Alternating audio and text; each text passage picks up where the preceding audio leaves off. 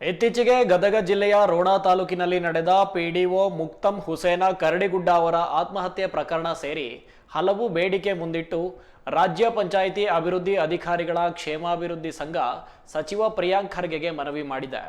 ರಾಜ್ಯದ ಎಲ್ಲಾ ಪಿಡಿಒಗಳ ಸೇವಾ ರಕ್ಷಣೆಗೆ ಆಗ್ರಹಿಸಿ ಸಂಘವು ಮನವಿ ಮಾಡಿದ್ದು ತಕ್ಷಣ ಸಮಸ್ಯೆ ಬಗೆಹರಿಸುವಂತೆ ಆಗ್ರಹಿಸಿದೆ.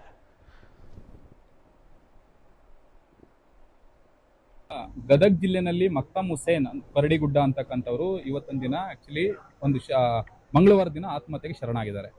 ಅದರ ಹಿನ್ನೆಲೆಗಳನ್ನ ನೋಡೋದಾದ್ರೆ ಇಲಾಖೆನಲ್ಲಾಗಿರ್ತಕ್ಕಂಥ ನೋವುಗಳು, ಆ ನೋವುಗಳಲ್ಲಿ ಮುಖ್ಯವಾಗಿ ಏನಪ್ಪಾ ಅಂದ್ರೆ ಅವ್ರು ಆಕ್ಚುಲಿ ಸಸ್ಪೆಂಡ್ ಆದ ನಂತರ ಅವರಿಗೆ ಹೆಚ್ಚು ಕಡಿಮೆ ಒಂದು 9 ತಿಂಗಳಿಗಿಂತ ಹೆಚ್ಚು ಕಾಲ ಅವರಿಗೆ ಸ್ಥಳ ನಿಯೋಜನೆ ಆಗಿರಲ್ಲ. ಸ್ಥಳ ನಿಯೋಜನೆ ಆಗಿಲ್ಲ ಅಂದ್ರೆ ಆ ಟೈಮಲ್ಲಿ ವೇತನನೂ ಬರಲ್ಲ. ಸ್ಥಳ ನಿಯೋಜನೆ ಆದ ನಂತರ ಅವ್ರಿಗೆ ವೇತನ ಪಾವತಿ ಆಗ್ತದೆ. ಆ 9 ತಿಂಗಳ ಕಾಲ ಏನಿದೆ ಅವ್ರಿಗೆ ವೇತನವನ್ನು ಪಾವತಿ ಆಗಿರಲ್ಲ. ಅನಂತರ ಆಗಿಲ್ಲ ಅಂತಲ್ಲ. ಅದಾದ ನಂತರ ಅವರು ಧಾರವಾಡ ಜಿಲ್ಲೆಯವರು, ಮೂಲತಃ ಧಾರವಾಡದಲ್ಲಿ ಖಾಲಿ ಇದ್ದು ಪಂಚಾಯತಿಗಳು. ಧಾರವಾಡದಲ್ಲಿ ಖಾಲಿ ಇದ್ದಾಗಲೂ ಸಹ ಧಾರವಾಡದಲ್ಲಿ ಅವರಿಗೆ ಪ್ಲೇಸ್ಮೆಂಟ್ ಕೊಟ್ಟಿಲ್ಲ. ಅವ್ರಿಗೆ ಮುಖ್ಯವಾಗಿ ಒಂದು 2 ವರ್ಷಗಳ ಹಿಂದೆ ಅವರಿಗೆ ಆಕ್ಸಿಡೆಂಟ್ ಆಗಿತ್ತು. ಆಕ್ಸಿಡೆಂಟ್ ಆಗಿ ಕಾಲಲ್ಲೂ ಸಹ ಅವರಿಗೆ ಫ್ರಾಕ್ಚರ್ ಇದ್ದಿದ್ರಿಂದ ಅವ್ರು ಓಡಾಡ್ಲಿಕ್ಕೂ ಸಹ ಸಮಸ್ಯೆ ಇದ್ದಂತ ಪರಿಸ್ಥಿತಿ. ಜೊತೆಗೆ ಕೆಲವೊಂದು ಎನ್ಕ್ವೈರಿಗಳು, ಯಾಕಂದ್ರೆ ಸಸ್ಪೆಂಡ್ ಆಗಿತ್ತಂದ್ರೆ ಎನ್ಕ್ವೈರಿ ಸಾಮಾನ್ಯ. ಆ ಸಂದರ್ಭದಲ್ಲಿ ಅವ್ರ ಮೇಲೆ ಅವರು ಆಟೋಮೆಟಿಕಲಿ ಒತ್ತಡದಲ್ಲಿ ಇದ್ದಿದ್ರಿಂದ ಅವರು ಮಾನಸಿಕ ಸ್ಥೈರ್ಯ ಕುಗ್ಬಿಟ್ಟು ಅವರು ಆತ್ಮಹತ್ಯೆಗೆ ಶರಣಾಗಿದ್ದಾರೆ. ಇದು ನಡೆದಂತ ಘಟನೆ. ಈ ಘಟನೆ ಬರೀ ಅವರೊಬ್ಬರದಲ್ಲ ಚಿತ್ರಣ. ಅನೇಕ ವ್ಯಕ್ತಿಗಳದ್ದು ಸಹ ಈ ವಿಷಯಗಳನ್ನ ನಾವು ಮೌಲ್ಯೀಕರಿಸ್ತಾ ಹೋದ್ರೆ ಸಿಗ್ತವೆ.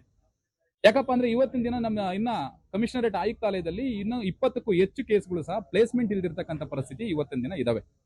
ಇದೇ ರೀತಿ ಪ್ರಕರಣನೇ, ಬೇರೆ ಅಲ್ಲ. ಈ ಪ್ರಕರಣಕ್ಕೆ ನಾವು ರಾಜ್ಯದಾದ್ಯಂತ ಮನವಿ ಸಲ್ಲಿಸ್ತಕ್ಕಂಥದ್ದು ಅಂತ ಹೇಳಿದಾದ್ಮೇಲೆ ಇಬ್ಬರು ಪಿಡಿಒಗಳು ನನಗೆ ಕಮ್ಯುನಿಕೇಟ್ ಮಾಡಿದ್ದಾರೆ, ನಾವು ಸಹ ಈ ಒಂದು ಹಾದಿ ಹಿಡಿದಿದ್ದೀವಿ ಅಂತ. ಅಂದ್ರೆ ಪರಿಸ್ಥಿತಿ ಏನಾಗ್ತಾ ಇದೆ ಅನ್ನೋದನ್ನ ನಾವು ಅವಲೋಕನ ಮಾಡಬೇಕಿದೆ. ಇವತ್ತಿನ ದಿನ ಇಡೀ ರಾಷ್ಟ್ರದಲ್ಲಿ ನಮ್ಮ ಕರ್ನಾಟಕದಲ್ಲಿ ಇರ್ತಕ್ಕಂಥ ಪಂಚಾಯತ್ ರಾಜ್ ವ್ಯವಸ್ಥೆ ಆಧಾರ ಸ್ತಂಭ ಅಂದ್ರೆ ಪಂಚಾಯತ್ ಅಭಿವೃದ್ಧಿ ಅಧಿಕಾರಿಗಳು. ಇವತ್ತಿನ ದಿನ ಪ್ರತಿ ವರ್ಷನೂ ಸಹ ನಾವು ರಾಷ್ಟ್ರೀಯ ಮಟ್ಟದಲ್ಲಿ ನಂಬರ್ 1 ಅಂತ ಹೇಳಿ ನಾವು ಪ್ರಶಸ್ತಿಗಳನ್ನ ತಗೊಳ್ತೀವಿ. ಆದ್ರೆ ಅಲ್ಲಿ ಪ್ರಶಸ್ತಿ ತಗೊಳಕ್ ಕಾರಣೀಭೂತರಾದಂತ ಪರಿಸ್ಥಿತಿ ಶೋಚನೀಯವಾಗಿದೆ ಅಂದ್ರೆ ತುಂಬಾ ದುಃಖವಾದಂತ ಪರಿಸ್ಥಿತಿ. ಹಾಗಾಗಿ ನಾವು ಮನವಿ ಮಾಡ್ತಕ್ಕಂಥದ್ದು ಈ ಒಂದು ಕೇಸನ್ನೇ ಇಟ್ಕೊಂಡು ಆಧಾರವಾಗಿ ನೋಡೋದಾದ್ರೆ, ಒಂದು ಯಾರ ಮೇಲೂ ಎನ್ಕ್ವೈರಿ ಮಾಡಬೇಡಿ ಅಂತ ಹೇಳಲ್ಲ. ಅದು ಆಧಾರಯುತವಾಗಿದ್ರೆ ಎನ್ಕ್ವೈರಿ ಮಾಡ್ಲಿ.